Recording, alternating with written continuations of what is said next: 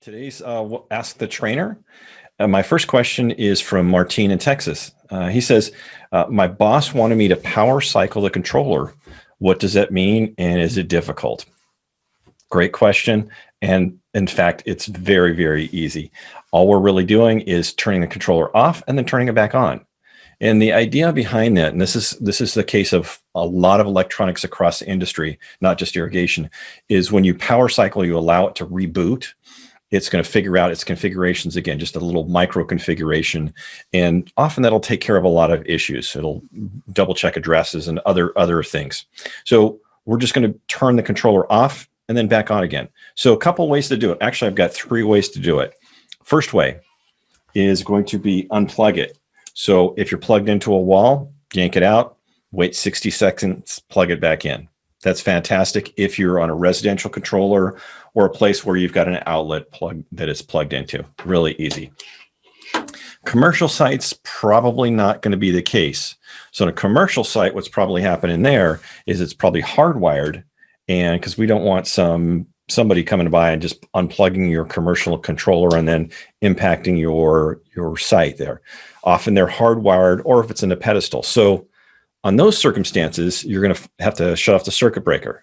Now you need to know where the circuit breaker panel is, you need to make sure you have access to it and make sure it's labeled. Or if it's in a pedestal, you have a circuit breaker or a switch below that you can turn that off. That's wonderful. And then I'm going to show you the third method, the one that I really like. And you can do this right at the controller. So let's switch over to my other camera. And here I've got my base station 3200 right on my desk next to me. Okay, and then when we open up the controller, we'll see we've got this plexiglass cover. Now on this plexiglass cover, we need to remove that. There's 2 screws right here. Now I've already loosened them, and I just like leaving mine loose the entire time. It makes it really easy to pull this cover off. So I'm just going to flex it back and pop it out of the way.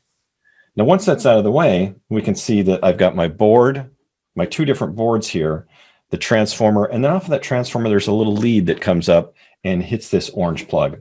All I'm going to do is unplug this orange lead and bend it off to the side. Now these 2 prongs, or that carries the power into the board, the controller is now powered down.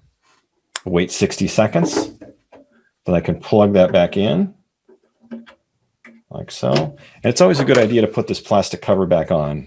I'm careful, but what about the next person that's coming in? Okay, it's going through its power cycle, and when you look back at the controller, you'll see the splash screen. So those are the three ways of power cycling your controller. Turn that back off. Of power cycling your controller. So you can do it unplug at the circuit breaker or the orange plug. Once you've removed that cover, you will need a Phillips screwdriver to loosen those heads. So cool. Next question comes from Kathy, and she says, it looks like baseline training isn't coming to Colorado this year.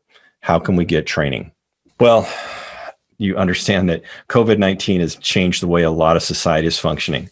So that also means that we aren't out in the field nearly as much, and training this season, we decided to put it on hold and to switch gears on that one. So what we're doing with training is not doing in-person training this year. Typically, I would move around to market and have a classroom of 30-ish people. We're not doing that. So the first thing that we're doing in substitution to that one is Ask the Trainer. That's what we're watching right now. So Ask the Trainer allows you to submit questions. I'll filter through them and then answer them generally over a 1-week period, and then post the answers here on YouTube like we're doing. So if you go to the baselinesystems.com/training, so the training tab, there's a link on there that will take you to Ask the Trainer form. You can type in your information, submit it. I'll get that stuff in an organized fashion, sort through them, make a short video, and post it on YouTube. Now, if you subscribe on YouTube, you'll get an alert when I answer the questions and put new content on there. So that's one method. Those are usually going to be short and simple. The next one is baseline.learnupon.com, which is our training portal. So let's share my screen, and I'll show you what that looks like. It's baseline.learnupon.com. So if we go to, there it is, baseline.learnupon.com.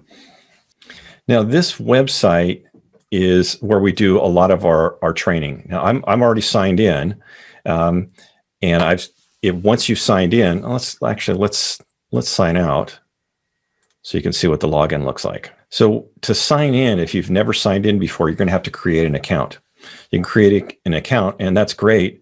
So if we go to my saved information, the account is easy and free to create, but to have classes placed in your dashboard available for you to take, you're going to need, there's actually some fees for that one. Well, you can take these courses for free if you contact your baseline RSM or your local baseline distributor. They can reach out and submit a form, and they can get you enrolled in a couple of these classes. The two of them being, there's a overview class, and then there's an installation class. The next one is Baseline Tech Talk Tuesdays. So every Tuesday, we're doing a 30-minute webinar, and we're getting nerdy on this one, right? So we're talking about deeper dives into topics, complex configurations, capabilities, introducing new products. So Chris, Andy, myself, we're going to have these discussions on a weekly basis, and then you can watch the webinar live if you register at the Baseline Systems webpage, or you can watch them recorded on our YouTube channel. So you can see this information in person at Tuesdays, 10 a.m. Pacific time. Register for that webinar, and you'll get the email link to that one. Then another method is Baseline Web Training channel on YouTube. So let's share and look at that one as well. Okay, and then we're going to search for Baseline Web Training, and Baseline Web Training is all one word. There it comes up, Baseline Web Training. Baseline Web Training, all one word. Click on that. You can see our logo, and here you will find a couple of different types of videos. You will find our recorded Tech Talk Tuesdays. You will find tutorial videos. The tutorial videos are between 3 and 10 minutes long. And you can see right here, there's a flow setup for the base station 3200 with multiple water sources. We can see that I also have playlists. So I have some playlists set up for the base station 3200, base manager, substation, tech talk, various channels. There's also the channel for the Ask the Trainer in there, so you can dive right into that one. So this is easy, right? You jump in and out. And then the fourth instance, or it's the fifth opportunity to get some training during COVID-19, is there are some limited availabilities on online training that will be specific for just a particular user. So those are limited. So if you reach out to your baseline RSM, perhaps your distributor, we can see if we have a training available. Generally, they're going to be shorter. I think you're going to get more out of the online content this season than you will through the webinar style training. We'll look for you next time on Ask the Trainer.